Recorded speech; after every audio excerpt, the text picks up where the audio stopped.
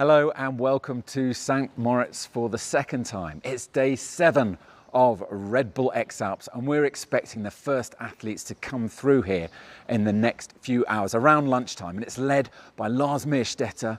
Had an extraordinary day yesterday, followed by Aaron Duragati and Christian Maurer.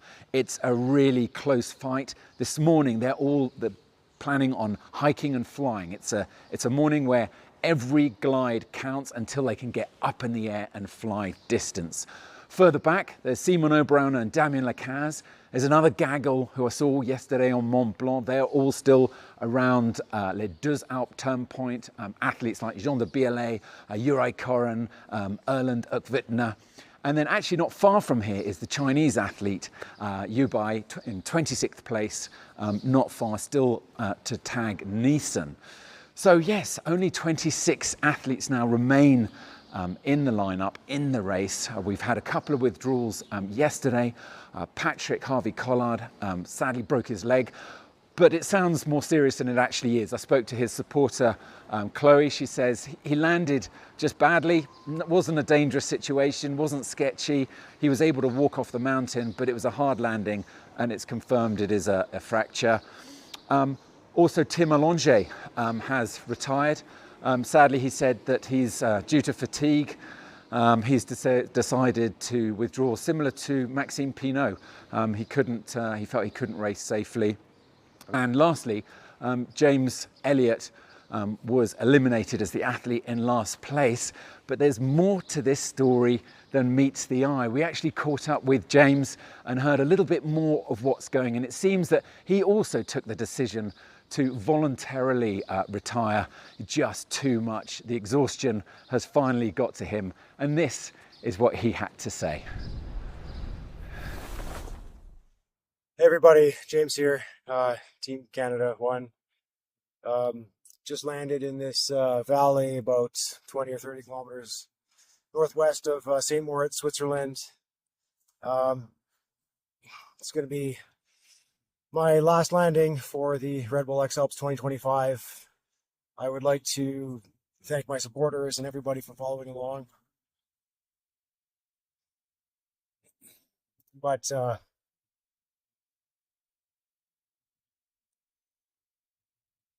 yeah, just decided that I have to stop against everything that I want, but I have to think of my family, and the level of risk, just given my current state of exhaustion, is just too much. So the way it works is I'm going to move slowly and let stop fighting Team China. You're kicking ass, and everybody else, mad respect. This is an incredible race, so challenging, tests every limit. But yeah, I have to call it quits and make a smart choice.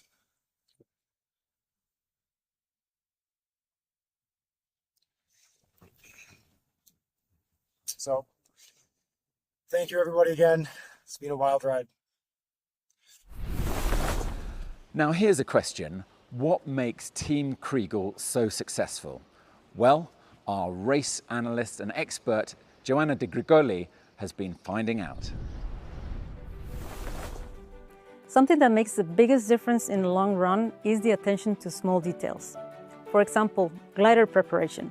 You might think this is silly, but Kriegel is able to unpack his glider so fast that it makes a big difference. He even challenged pilots to try it themselves, and he launched an online challenge. As soon as he arrived to takeoff, he just prepares his glider so fast, and he gets in the air within 5 minutes. In the first races, you would see teams have only one supporter. So this supporter was driving, cooking, planning the route, doing everything. But Kriegel was one of the first athletes to have a different approach into how the team was set up. He had at least 4 members, so one was driving, one was planning the route, doing different things. And This makes a difference when you have one person doing each task instead of one person multitasking.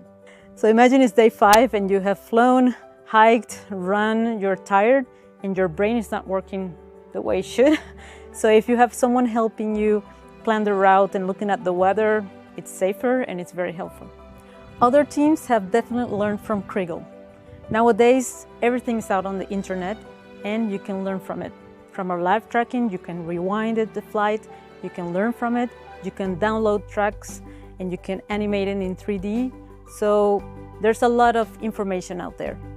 Also, the Red Bull X-Alps has a lot of camaraderie and pilots learn from each other. They discuss their strategies, they share with each other when they're at the campsite, and of course, they learn a lot from each other, especially rookies. When they come in, they learn a lot from the veterans, and that's just amazing. An interesting thing about competition, whether it's just classic cross-country or hike and fly, is that you are racing against each other, but in the air. Well, in the X-Alps, of course, you're racing each other on the ground. But before the competition and after the competition, you hang out, you share information, and it's just a big family. I think people know who has done the effort to be there and prepare themselves for that. And yeah, I think people still root for Kriegel. I suppose people would like to see someone else win, but people know that he's just the best, and yeah, and he has done the job. He has done his homework. You know? Kriegel might be over 40, but he has gained so much experience from doing this race so many times. He's in great shape. He has all the knowledge that he has accumulated over time, so he still has a chance to win. Some teams have caught up, of course, because now they know the little secrets only Kriegel knew at the time.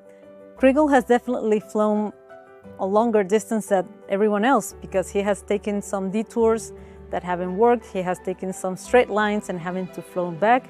So he has accumulated more miles.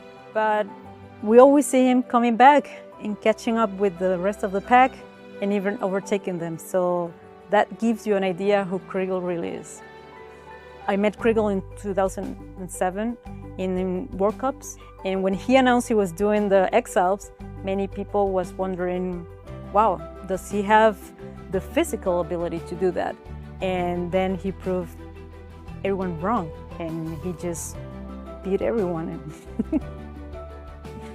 For the last bit of the race, Kriegel knows the area, so he's going to pull some of his moves to try to stay ahead and win this race as usual.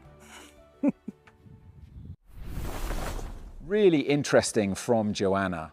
One thing I've observed from Team Kriegel is just how tight and efficient that team is. Often they don't have the biggest van, it's quite small. They don't have the hugest number of people involved. It's just those who are doing a specific job.